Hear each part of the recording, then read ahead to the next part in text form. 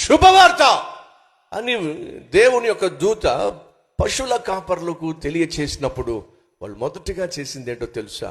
సువార్త విన్నారో, 2 విశ్వసించారో, 3 విధేయతను చూపించారో. భార్యకు దూరమై, బిడ్డలకు దూరమై, తన్ను తాను గాయపరుచుకుంటూ, అరుస్తూ, కేకలేస్తూ సమాధుల్లో జీవిస్తున్న ఒక అపవిత్రాత్మ పట్టినవాడు బాగుపడ్డాడు కదండి. వీడు బాగుపడ్డం కంటే వాళ్ళకి ఏం కావాలి?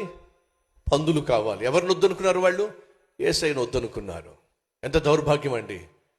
కానీ ఈ గొల్లల కాపర్లు యేసును కలుసుకోవాలి, యేసును చేరుకోవాలి, యేసును పూజించాలి అని ఆశపడినప్పుడు వాళ్ళు విడిచిపెట్టవలసిన దాన్ని విడిచిపెట్టేశారు. నువ్వు క్రీస్తును కలుసుకోవాలి, క్రీస్తు అనుగ్రహించేటటువంటి క్షమాపణ పొందుకోవాలి, క్రీస్తు అనుగ్రహించే సంతోషాన్ని పొందుకోవాలంటే నువ్వు విడిచిపెట్టవలసిన దాన్ని విడిచిపెట్టాలి.